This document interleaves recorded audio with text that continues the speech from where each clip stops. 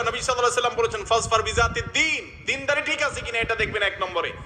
এরপরে পয়সা কড়ি থাকলে ভালো, না থাকলেও ভালো। আজকাল মুরব্বীরাও বলে কি, মেয়েরা অনেক সময় দিনদার ছেলেকে বিয়ে করতে চায়, বলে আরে এই ছেলে বড় ব্যাংকে চাকরি করে, নামাজ কালাম পড়ে না, ওটা তুমি বানায় নিবা, রেডি করে নিবা, ওইটা হয়ে যাবে।